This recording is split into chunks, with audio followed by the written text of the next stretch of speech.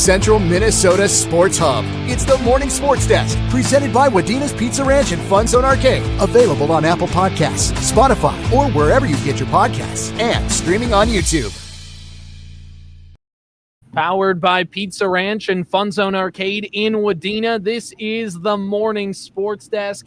I'm CJ Baumgartner. Corey Tackman on the far side of the screen. In the middle is our guy Zeke, showing up for a Friday edition. He's got a special reason to be here. We'll explain why in a little bit and what it has to do with Trevor Plouffe making the Hall of Pretty Good. So should we not let Zeke say anything? Just make him sit here for about 20 minutes? Yes, exactly. Great. I'm going to mute myself and just listen for a while.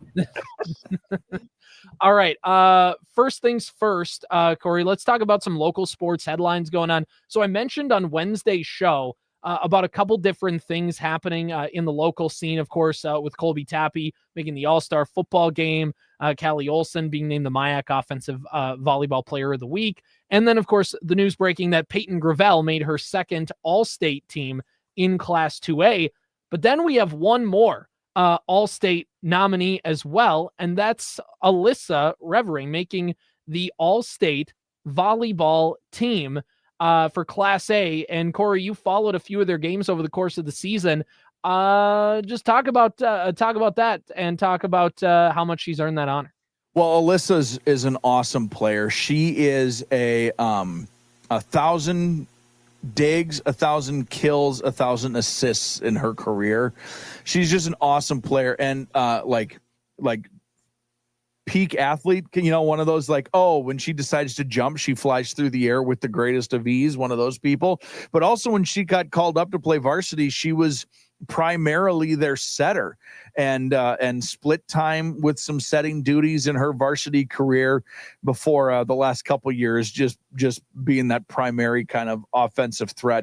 But she's one of those like outside, yes, back row, yes, right side, yes, middle, like she can just kind of do it all. I'm excited to see if she's going to decide to play some college volleyball somewhere. I don't know what that decision is or when that decision would come or anything like that. What I'm saying is if she wants to play college volleyball somewhere, she definitely can, and I'm excited to see if that is going to be a decision for her down the line. She's an awesome player. It was really a treat to be able to cover her the last number of years in her varsity career, and especially this year. What a run for those Panthers. Yeah, Parkers Prairie having their best volleyball season since, maybe around that 2010 timeframe. Even though they didn't make the state tournament like they did that year, they still made it to a section championship team and took on a pretty good BBE team and gave them a good fight. Unfortunately, couldn't come away with the win. But yeah, it's been a great year for Parkers Prairie volleyball, and she was a big reason why.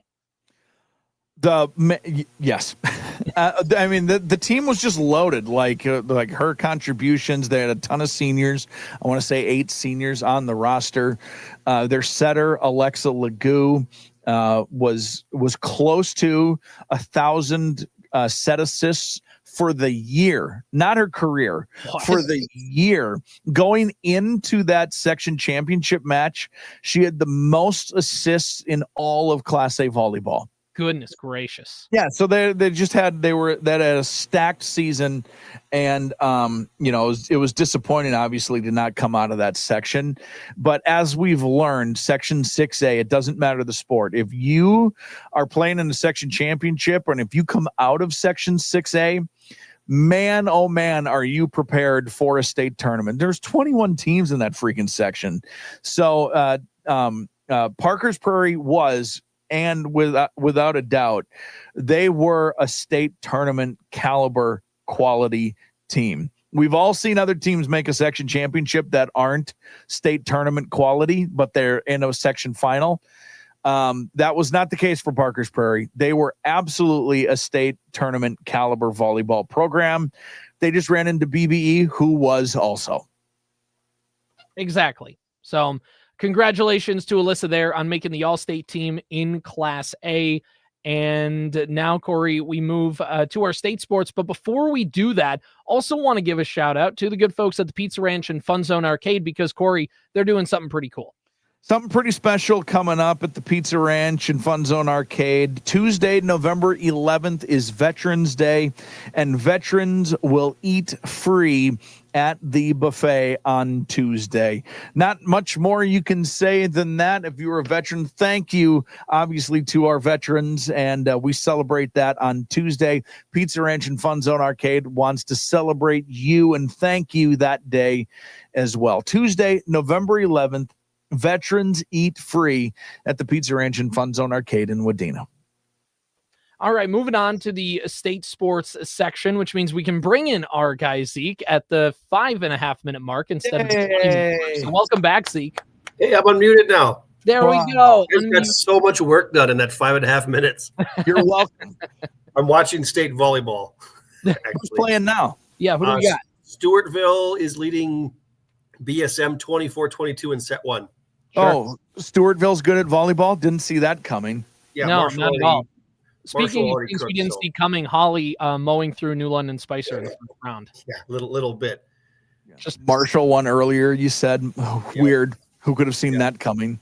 Who could have seen who could have seen a volleyball powerhouse being a volleyball powerhouse at the state tournament? By the way, that BBE team, they won in 4 sets against Cleveland. They're playing the top seeded Mayor Lutheran tonight.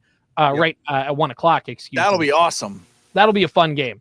And then RTR Ada Borup West on the other side of things in that one. But overall, Albany, by the way, winning in 5 sets over Howard Lake Waverly Winston. Is Albany good at has Albany been good at girls sports in recent history?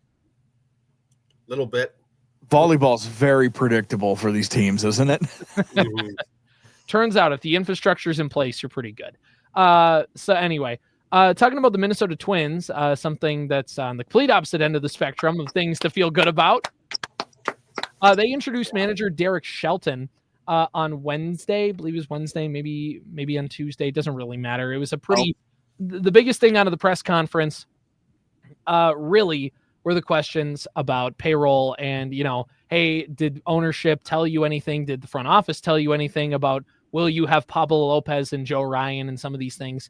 And he gave a very political answer that basically wasn't I was assured that we'll have Pablo Lopez and Joe Ryan on the roster come spring training. So that's a great thing to start out with. But overall, that's pretty much the only news that comes out of that press conference. The bigger Twins news was when the Twins kind of cleared house. They outrighted some players from the 40-man roster to make room for a potential free agent. Corey, you got to explain the AI dog. That's Shelty. Shelty. That's the nickname of a Shetland, whatever they're called. Yeah, that's a Shelty, and that's the coach's nickname. So there he is. That's the manager. That's what our manager looks like. Okay. All right. That's fair. That's I it. thought you were gonna do the cross between the Bulldog and the Shih Tzu or something like that, but no. No, that's what I think about the owners. I served it up for you, and I'm glad you hit the home run with it. All right. But the biggest thing was the Twins outrighted. They made some moves on the 40-man roster to clear some space. The 40-man roster is now down to 33 players. So obviously incoming free agents, any players who get in a trade, things like that. Then you don't have to clear room already. Mainly it's a lot of guys. So it's like, never heard of them, never heard of them, never heard of them, never heard of them, except for one. And that was Jose Miranda, who has been outrighted, cleared waivers, and is elected free agency. Jose Miranda's Twins tenure has come to a close, and it's a fascinating cycle because if we go back to the summer of 2021, there was not a more hyped up prospect in the Twins system really than Jose Miranda, right? Like he came out of nowhere, hit a bunch of home runs in St. Paul, and it was the first year that the Twins AAA affiliate was in St. Paul. So there was just a lot more eyes and a lot more attention being put on what was happening in St. Paul rather than Rochester, New York. And Jose Miranda was kind of one of the first guys to take advantage of that and get all the credibility and get all the attention. And then it flipped over to 2022, had a really good first couple months in baseball, fell off at the end of September, but everybody thought, rookie, he'll figure it out. Got hurt in 2023. 2024 was productive, but not super productive. And then 2025 kind of just the floor fell from under him. And even when the Twins were bad and they traded everybody at the deadline and they were just begging for any kind of competent big league play, Jose Miranda never sniffed the majors, which was kind of the writing on the wall that his time in Minnesota was likely done. But guys, I think this really, to wrap it all up, is just really kind of a microcosm of the Twins' issues of they have prospects who have flash talent and could be important players for this team. And again, it's on the player to produce, but it's also on the organization to develop them and keep them going. And we've just seen, players wash out after having strong showings all the time. It's just part of baseball, but to have so many guys on the Twins who have flash talent and then unable to take that next step is just kind of also an indictment on the organization, right? Yes. So the last, maybe 2 or 3 seasons now, we have gone on and we've always done a big Twins preview. And we talk about if these things can happen, or what are things we're excited about, or how is this going to work out? And one of the things that had been a theme the last couple of years in our conversations in those Twins previews was there is a lot of depth at the Twins infield. And it's going to be fun to see who's going to end up at the finish line of this race. Who's going to be the full-time third baseman, second baseman, first baseman, shortstop, whatever. Who's going to be the utility guy? Who's going to be the fill in the blank? And Jose Miranda was a big part of that, a part of that depth. And we always said, if the Twins if this is going to be a blessing or a curse, this is either going to be A+ depth or it's going to be C- depth. And turns out it was C- depth, because none of it has worked out. Now, Miranda made a great debut. And then you remember last summer, 2024, he had that 12 consecutive at-bat streak where he got a hit in 12 consecutive at-bats. He reached record. He reached safely in 13 consecutive plate appearances. He was red hot, but he also was probably the meteor splash landing back into the atmosphere.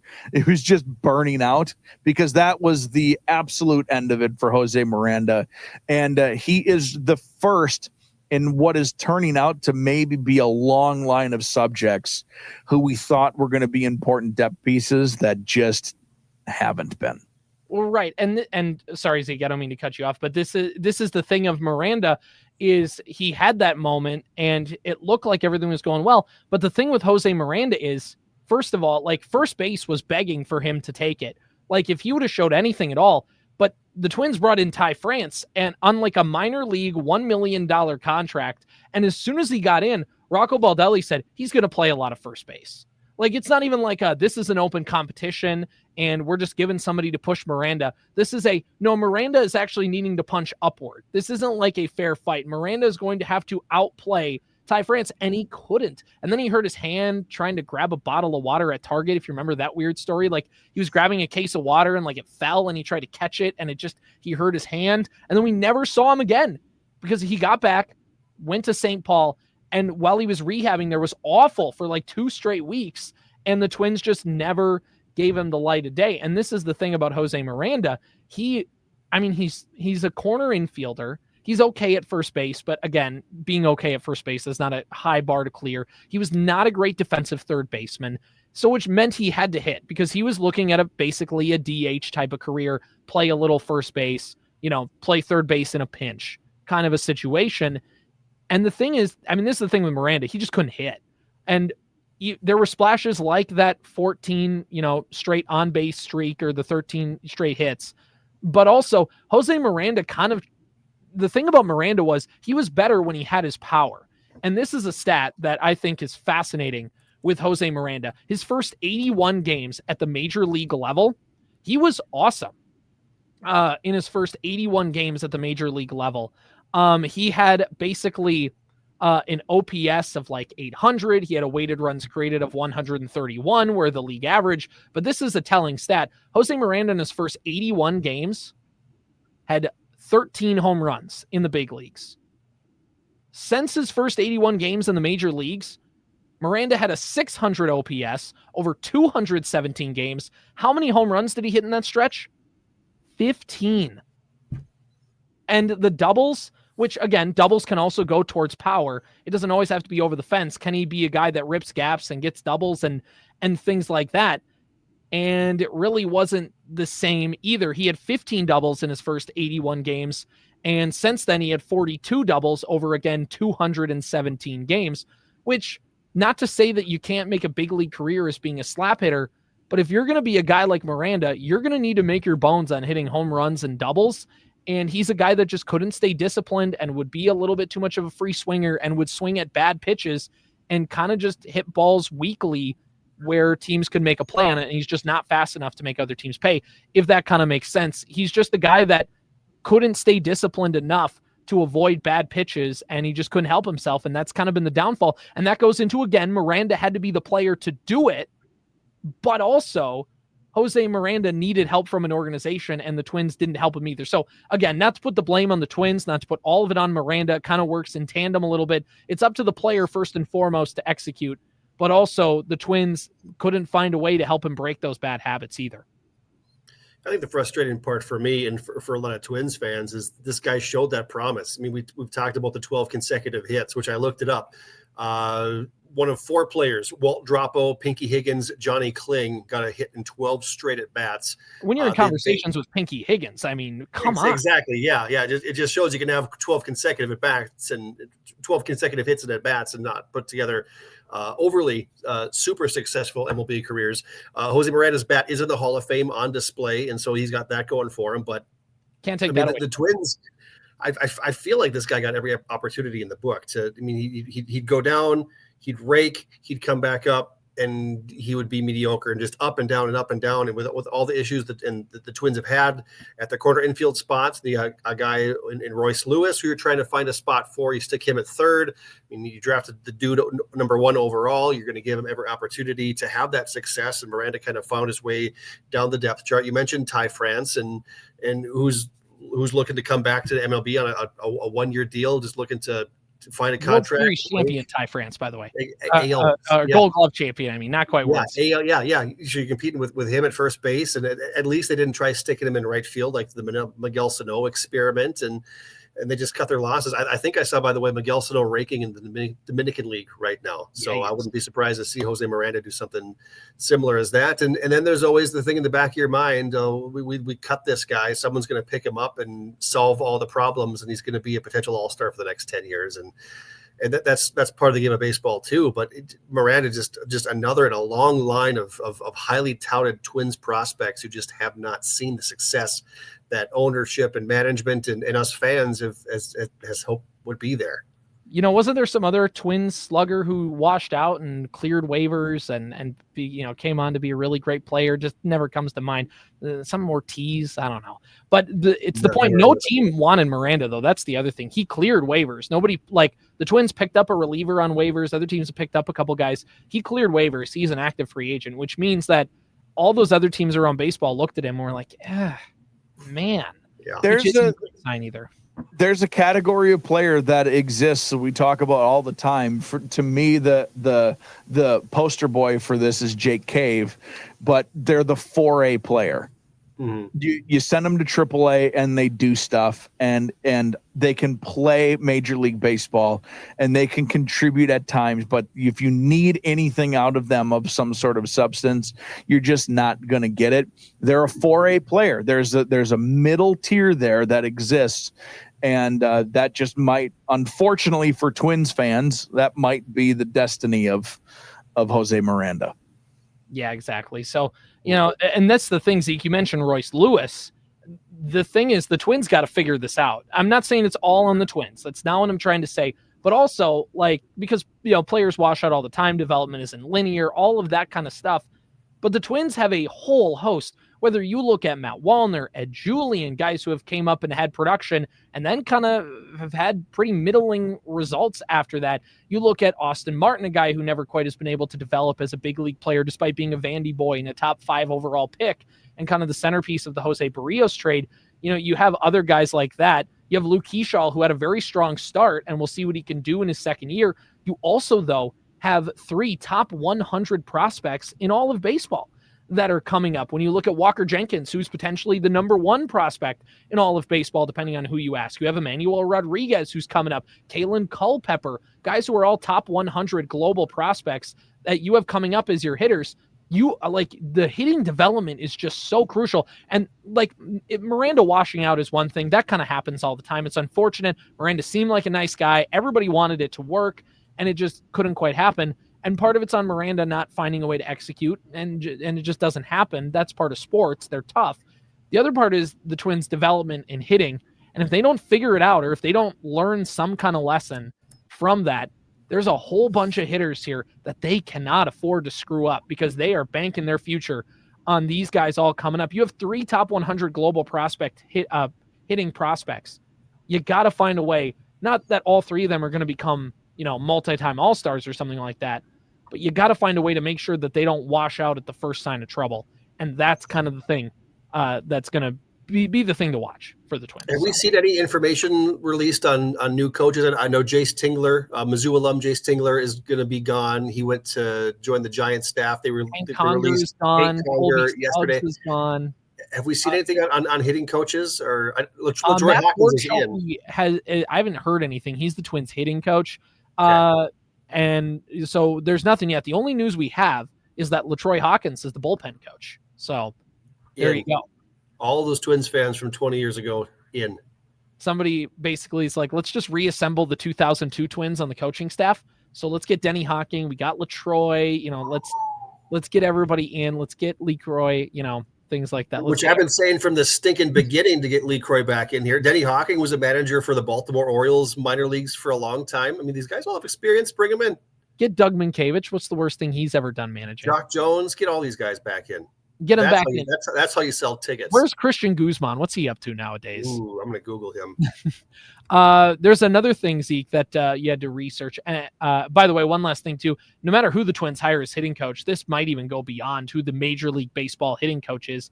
It probably goes to a more larger thing that the front office has control of, which is the hitting development, the things like that the president of baseball operations and president of the team are more in charge of that philosophy and hitting plan and things like that. There's only so much you can do when they get to the big league level and you're trying to do things. It's that development through the minor leagues and things like that. So, well, and I would like to just tack on too, like there's precedent for teams to have a bunch of like prospects and depth and hoping that it works out. There's precedent for this. And like the most obvious example to me would be like the Philadelphia 76ers, where you're just taking guys over and over and over again until a guy like Joel Embiid hits. And like, you just need Keyshaw or Leroy Jenkins. I know that's not his name. It's okay. No, there is no apologizing for a Leroy Jenkins reference. So like, we just need one of those guys. It's hard to go through that process when you're a fan. You just want them all to be A+ players, and that will never be the case. And you either need everybody to bloom at the same time, like the early 2000s Twins, and get lucky that way, or you need to hope that Jenkins is a superstar and things fall into place. Then hope Jenkins is actually the second coming of Bryce Harper. That's right. And then you have by then an aged but comfortable Byron Buxton, who's just like a stellar pro. Maybe Royce is just like he's found his footing a little bit, and all of a sudden you got yourself a team. Right. But man, is it hard to be patient and wait for that when you had not but a year ago or 2 years ago we're talking about, man, there's depth here, this could be fun, and now it's distinctly not. By the way, it's not like, oh, they have the depth, which means they didn't have to spend.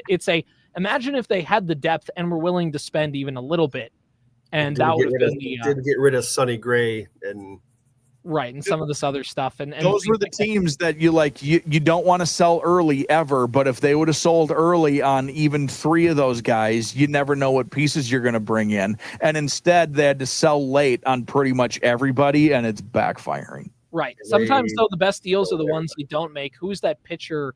It was Giolito. I can't remember. There was one pitcher, maybe I don't think it was Crochet. It was somebody for the White Sox who the Twins wanted really bad last year's deadline in 2024, and they were going to offer up Luke Keyshaw for him, and the White Sox said, no, we don't want to trade in division. And thank you, Chicago White Sox, for your ineptitude. I could not have handled Luke Keyshaw doing the things he does in a White Sox uniform. So thank you Thank you. Some of the best moves are the ones you don't make. But yeah, if you're a team that has good scouting and good development, and then you also have money to spend, congratulations, you're the Los Angeles Dodgers, who everybody forgets. Their team president is the guy who built the Tampa Bay Rays and hired Joe Madden and built kind of the system that Tampa Bay is still following to this day. But the only difference between Tampa Bay and the Dodgers is that he gets a much bigger payroll, which means you can keep your star players and then trade the prospects that you're developing for more star players and keep them around and things like that. Sounds awesome, doesn't it? Make trades for Tyler Glass now and all those, yeah. Right, and then you hold them hostage for a Dancing with the Stars episode. My wife made me watch that episode, and they looked visible. They looked more uncomfortable than I was. So anyway, all right, Zeke. A thing I would like to derail for 10 minutes on that, please. We're gonna mainly just I don't like watching Dancing with the Stars. But they just did Wicked. I had to sit through all the Wicked performances recently. Yeah, okay, you beat me there. To watch Andy Richter do the cha-cha and stuff like Swedish that. German Andy Richter. I would say that every time he'd come on TV, and my wife would be like, he's too old. He can't do anything. Why is he still here? I'm like, it's the Swedish German roots. They're coming up. He can't do anything not because he's old.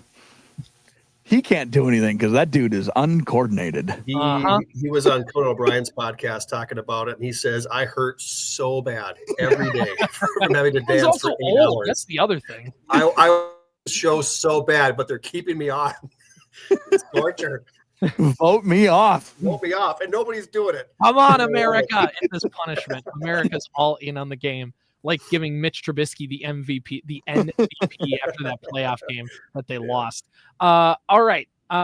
Zeke, you yesterday were trying to figure this out. So Trevor Plouffe of John Boy Media and formerly of the Minnesota Twins was voted into the Hall of Really Good.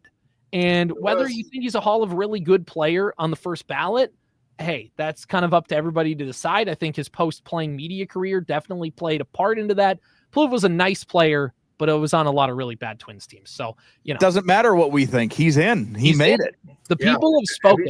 Have you seen the controversy about this? What's the controversy? So on Twitter, Hall of Very Good. So for people who don't know, there's a kind of a parody of the Baseball Hall of Fame called the Hall of Pretty Good, where it's a lot of guys that not Hall of Famers. They're not the almost Hall of Fame players. It's like that next drop off. The guys that fans love. The guys that Hall of Very Good. Yeah. Here's a tweet from Hall of Pretty Good 5 hours ago, kind of defending the choice from a lot of people upset that Trevor Plouffe does not belong in the Hall of Pretty Good, saying that John Boy used their platform to get people to vote for him. He needs 65% of the votes. You vote yes or no on a player to get in. People are upset about the endorsement. There's not really much to say about that. We didn't talk before the vote. They decided on their own to share it on their stories, blah, blah, blah. So basically people are upset that this Trevor Plouffe thing blew up on Twitter yesterday, and he just barely made that 65% to get into the Hall of. It was a pretty monster comeback. It was, yeah. Do I think he belongs in the Hall of Pretty Good? Probably. The Hall of Pretty Good looking, yes. But the Hall of Pretty Good, I can probably name a billion players better than Trevor Plouffe that belong in the Hall of Pretty Good. Because a billion? I could probably do it. You want to start right now? No, I don't want to put you on the spot. But okay, who derailing quick? Who do you think belongs in the Hall of Pretty Good more, Corey Koski or Trevor Plouffe? See, and that's exactly that's the discussion. Koski's on better teams. Plouffe is a better offensive player, probably, but Koski was a much better defender. But that's the same kind of similar conversation. So yeah, but Plouffe's career is longer. Plouffe's career longer. Yeah. Are we counting Corey Koski's amateur days? No, those aren't done yet. We can't count those yet. That's what I was gonna say. So we got to wait till he retires from amateur ball. Town ball somewhere. Still hitting bombs with his kids. Yeah, I know. I think I'm with you. I love Trevor Plouffe, but he's probably good. He was a good player. Yeah. He's the Hall of Nice. The Hall of Was he pretty good? I don't know. I guess if my kids ever ask me, "Hey, what was Trevor Plouffe like?" I think maybe I would answer like, "Oh yeah, he was pretty good." Yeah, he was pretty good. He was kind of him and Brian Dozier were like the only things worth watching on some of those bad Twins teams. So. I will say my story with Trevor Plouffe all the time. in the Bertha Hewitt marching band over the summers, which is what I was a part of. Real great story. And we had more of an anecdote, really. More of a comment. But you put on, in marching band, you got the full uniforms, you got the big pants and the jacket, hot in the summer. And you had to put on these hats. Mm-hmm. And on these hats were these little feathers that stuck straight up. They were red, and they were called your plumes. And you had to keep them in this box, and you had to keep them in basically a cardboard roll of like a toilet paper cardboard roll. You'd stick it in there just to make sure that it'd be okay. And all the guys, we just all call them our Trevor Plouffe. Like, hey man, you took my Trevor Plouffe, give that back. Oh, I got to put my Plouffe in. And so anytime I hear Trevor Plouffe's name, I think of those stupid red feather things you put in your hats at marching band. So that's my biggest Trevor Plouffe. Trevor Plouffe is a quail. Is what we learned here today. I'm interested in the part where you said he's all-time good looking. Yes, that is what we were very interested in, Zeke. I heard you crunch the numbers on this. Yes. Yeah. Long story short. Yeah. Hall of pretty good looking is kind of the discussion we had in our text chat yesterday, which kind of got us along the lines of who would we put in the Hall of Fame of best looking Minnesota athletes. And so I asked ChatGPT what it thought, because that's what you do when you have a big question. I asked ChatGPT yesterday, give me, let's see, who are the top 32 best looking Minnesota athletes of all time? And 32 may have been a little bit deep for ChatGPT to comprehend, because I'm probably the first person ever to ask ChatGPT who the top 32 best looking Minnesota athletes are of all time. Some of the answers good, some of the answers not good. I did ask it again this morning to give me the top 15 based on its own preferences, because it's like this could go either way. It's all according to your taste. I said, well, according to your taste, ChatGPT, who do you think are the top 15? But we'll start on the top 32 first. Who do you guys think ChatGPT put on its list of 32 best looking Minnesota athletes of all time? So this is somebody who played for a Minnesota team, not necessarily from Minnesota, like a native Minnesotan, correct? It's kind of both. Okay. No, that's fine. That's a good distinction. All right, I'm just gonna jump on this one right away, because there has been no hotter Minnesota athlete than Nafisa Collier. She is not on the list. Okay. She's not even in the 32. Things about ChatGPT. She's not in the 32. Okay. What? Are there any women on this list at all? There are, yes. Yes. Okay, good. All right. There's only one. How many other women are on this list? I'm counting. I've got 1, 2, 3. Yeah. 4, 5, 6. Wow, this is more than I expected. Six of the 32. Notice how Zeke was avoiding saying the number that comes after 6. 6 or 7 of them. Oh. I love it. It's my favorite thing. It is my favorite thing. There is nothing that will derail a conversation in my house faster than that. My wife hates it so much, and it makes me giggle like I'm also in 2nd grade. I love it. All right. So, how many of them how many women are in the top 10 according to ChatGPT? Women in the top 10, 0 in the top 10. Really? All right, I have one more woman. Okay. I think it's got to be Lindsey Vaughn then, right? Isn't she from Minnesota? Yeah, she's from it. Yep. She, according to the initial ChatGPT list, she's number 14. Okay. Ding, ding, ding. All right, we'll take that. Yay. All right, I'm out of guesses. CJ's turn.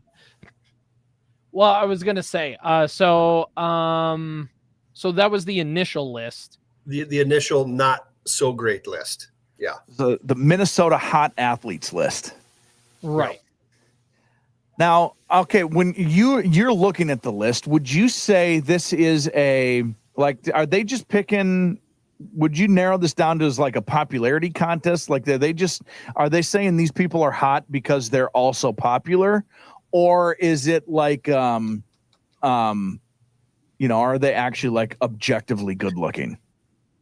It's a healthy mix in my opinion, and And some of these guys have no connection to Minnesota at all, if that narrows down the list at all. That makes it more difficult. For example, number 9 on this list, and I don't think there's a Minnesota connection at all, but it's Buffalo Bills wide receiver Gabe Davis. Okay. Is number 9 on the list of best looking Minnesota athletes. That doesn't make any sense to me. So, yeah, I would have never gotten that. When you've narrowed down the list to literally every single athlete that's ever existed, it's pretty difficult. Davis is from like Florida. I don't even know how this. All right, well, congratulations. That's how good looking he is. Imagine he's so hot that he made Minnesota's top hot athlete list. He's a Florida 7, but a Minnesota 11, I guess. From Florida, yeah. All right, good for him. Good for him. Okay, so which list are we guessing off? The initial list or the new one? We're going to guess off the new list because the new list is much better. Okay. Much better. Names on the other list. You've got Jordan Greenway, former Wild standout. He was number 8. You've got Logan Cook, Minnesota Vikings punter, which I don't know if Logan Cook was ever the Vikings punter, was he? Doesn't sound familiar. Does not. He's with He's with Jacksonville now. Jaden McDaniels is on here. Who else we got? Joe Mauer's on this list twice, by the way. He was 1 and 16. That's on the old list. On the old list. Yep. Well, he was a multi-sport athlete, so that's fine. Rick Mannheim is on this list. He played for the Gopher hockey team back when black and white photos were still a thing. Let's see, Bryce. This is a hot list. This is a hot list. That's Dick Mannheim, I think. Yeah, Bryce Miller, Minnesota sports figure in baseball. He plays for Seattle. That's all of his pictures say. Eric Stallings is on here. Sure. Arian Foster is on here. No, that makes sense. Yeah. All right, so let's do this. Let's go. Can you give us the teams represented in the top 10? And then we'll be able to hunker down some guesses. Let's do this. Yes. Okay. So number 1 is a Minnesota Twin. Should we just do it? Should we just guess? Yes. I mean, Joe Mauer. The universal hot guy is Joe Mauer, right? Yep. Joe Mauer, number 1. Okay. Nice. Joe Congratulations Mauer. to him. When there's a stadium giveaway of your sideburns, you know that it's. I had some of those. I can't remember what I did with them, but I was there on that promotional night. It's nice to see something work out for Joe Mauer in his life. In the early days of Fan HQ down in Minnetonka, they had John Roush tattoos. Oh yeah. Giant. Big, like wedding rings or something like that on his neck. Yeah, it's like his wedding rings and like a wreath or something. And I bought a bunch of them and we wore them to a softball tournament one time. And then they didn't come off, and we had to scrub so hard to get these giant neck tattoos off of us. On that. He was confusing because he was 6'10" and threw 87 miles an hour. Imagine what he would do in today's baseball, where they would like teach him to use his frame a little bit. Yeah. Yep. He was menacing on the mound, and then he'd toss you an 88-mile-an-hour fastball. All right, who's next? John Roush, not on the list, by the way. Number 2 is an Olympian. Okay. So, I mean... That's not Lindsey Vaughn. Lindsey Vaughn was 14 on the other list. Trying to think of other Olympians from Minnesota. Is it the guy with the mustache from Duluth on the curling team? That's what I was going to say. Is it Schuster? No, he is not in the top. Dang it. He's a nice guy, at least. 15. It is Lindsey Vaughn. She is number 2 on this list. Yes. Yeah, that makes sense. Okay. Yep. All right. Where's number 3? Number 3 is also an Olympian. Suni Lee.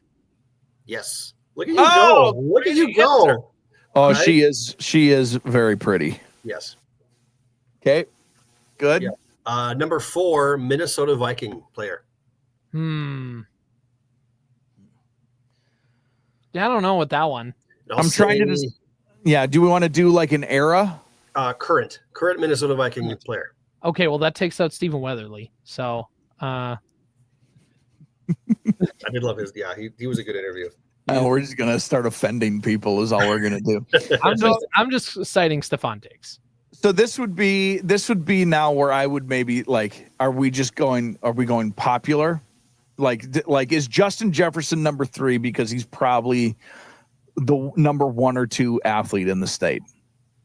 Jefferson not on the list. Okay. Who's a hot Viking? The helmet's on. It's hard for me to. Harrison Smith? Is it Harrison Smith? He's not in the top 15. He should be, but he's not. Like Brian O'Neill, maybe?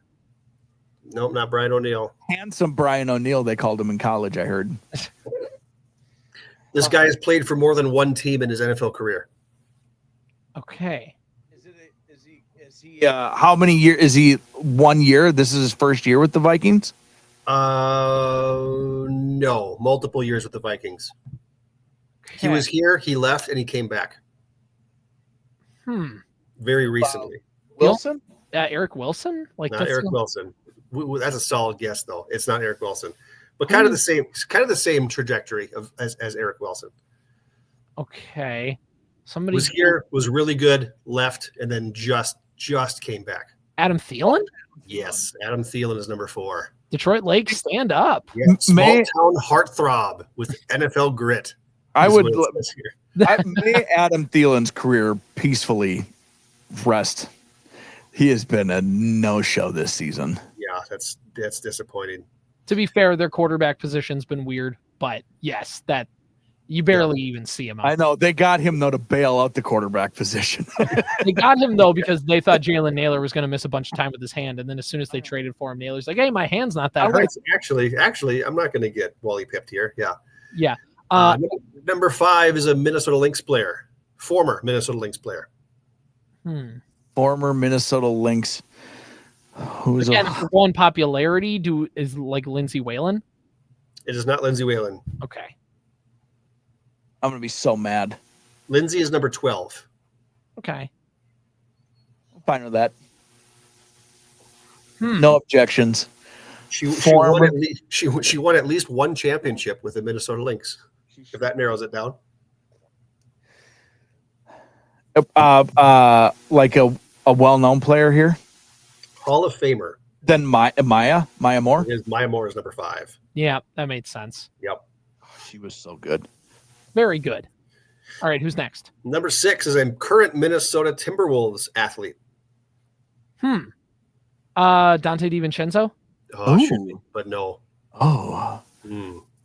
DiVincenzo. Dante deviated septum is more like it. Who's a hot Timberwolf? Who's a hot Timberwolf? Do we just go with the popularity and go Ant? Yeah.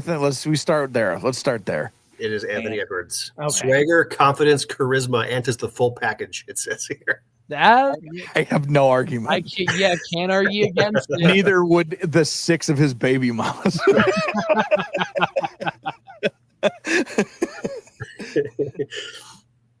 All right, what's next, Zeke? All right, next is another Olympian. What number is this, by the way? What number? This is 7. So to recap, Olympian.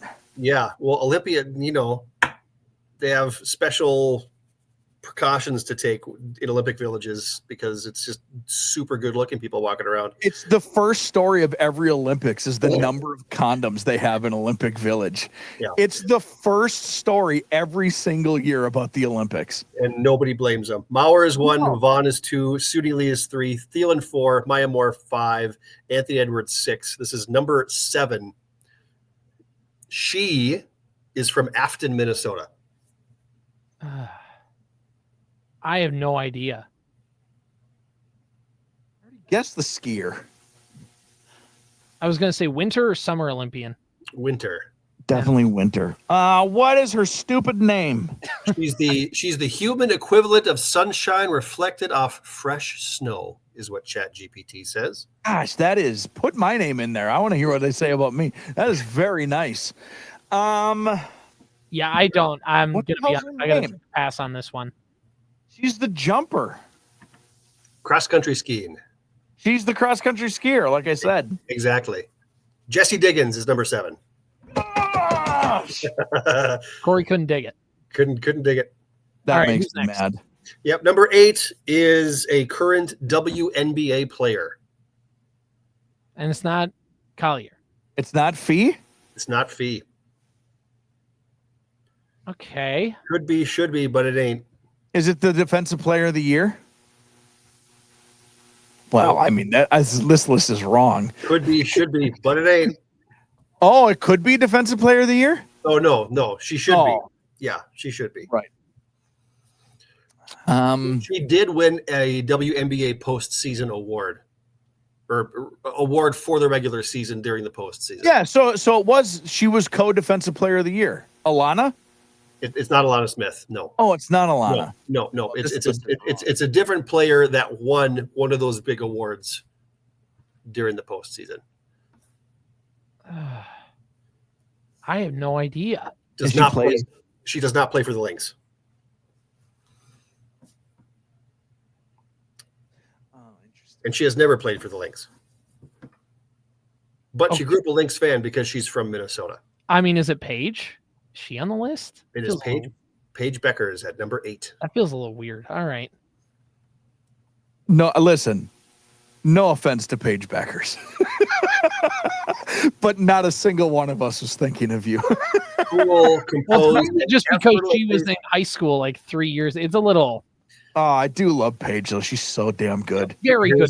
Here's her Chat GPT bio. Cool, composed, and effortlessly magnetic. Part baller, part fashion icon in training. She rocks the girl next door vibe with elite athletic edge. No, that's attainable hotness is hotness. Yep. Number 9 is we'll do 2 more. Number 9 is a former Minnesota Vikings player. Time for 2 more. Former Minnesota Vikings player. Just going to go based on popularity. Do we go Adrian Peterson? It is not Adrian Peterson. He is on the list. He is number 14. It's awesome, by the way. I love how much we are revealing about ourselves, too. Like, I don't know. Adrian Peterson's a handsome fellow. He's pretty hot. I mean, if we're going on the Anthony Edwards route, a lot of people thought that. Yeah. Let's see. A former Vikings player. Former Viking had 2 different stints with the team. One was a lengthy one, was gone for a while, and then came back for an even shorter time than Adam Thielen has. Then probably Randy Moss is my first go there. It is Randy Moss. Raw charisma, intensity, and swagger. Didn't just dominate defenses, he owned every camera pointed his way. Well, you're 84. Here's the thing about ChatGPT. They're not actually talking about how good looking they are. They're just giving like platitudes about about their personality. Listen, straight cash homie I'm putting it on my gravestone. That is an all-time line. Yeah, no, it is. I just don't know what that had to do with getting the ladies, the afro, maybe. I don't know. Yeah, I think it had everything to do with yeah. All right, last one. Last one is the hardest one on the list. All right. Lady Olympian. Summer or winter? Whenever swimming is. Summer. Okay, summer. This is tough. I don't know any swimmers outside of Ledecky. I'm checking to see if she's. I don't know if she's from Minnesota though. So I don't know if she count because I had never. Yeah, it says Reagan Smith, the Riptide Rocket. Yeah, she's from. She went to the U.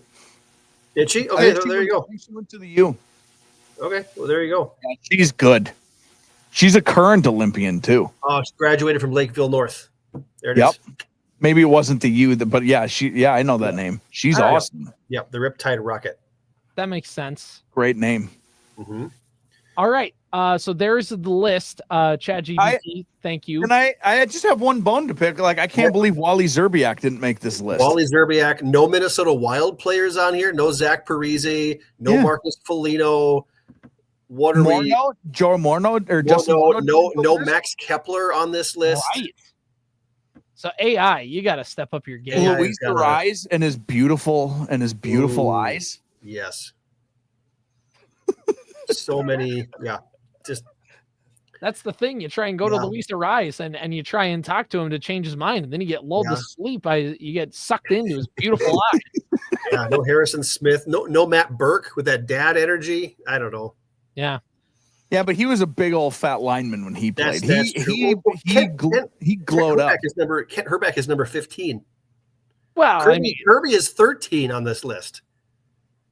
Yeah, the guy who's nicknamed Turkey Bucket. Yeah, that guy. Yeah, no, there's some flaws on this list for sure. We got a bone to pick with you, The top 3 though, I think are really good. Yeah. Maurer, Vaughn, Lee. Yeah. It's hard to argue. Fee not being on this list is criminal. Very. No Fee. It does not know ball. Taylor Heisey not being on this list.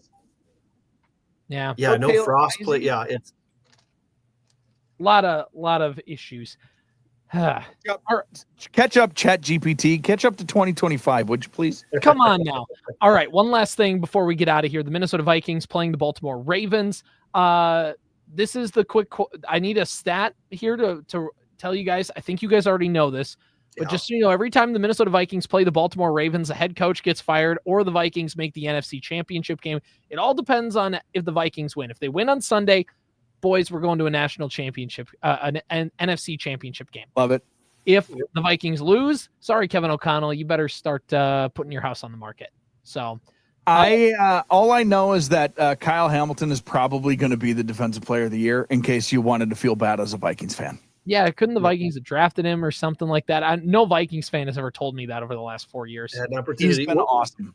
Regardless of the outcome, what do you think is more possible that happens come January? The Vikings in the NFC Championship game or KOC being shown the door? The championship game is the more likely scenario, mainly because O'Connell just signed the extension. McCarthy's shown just enough, and they've kind of kept the locker room together and got a big win. If they would have lost that game, I'm not saying O'Connell would have gotten fired, but I'm saying like there would at least have been like hot seat chatter. And I think this win kind of is like a, hey everybody, let's calm down. Let's take. That's my only counter. By the way, that's a 0% chance for each of those things. Yeah. But my counter would be is if that injury stuff, like things go away when you win, especially when you upset somebody.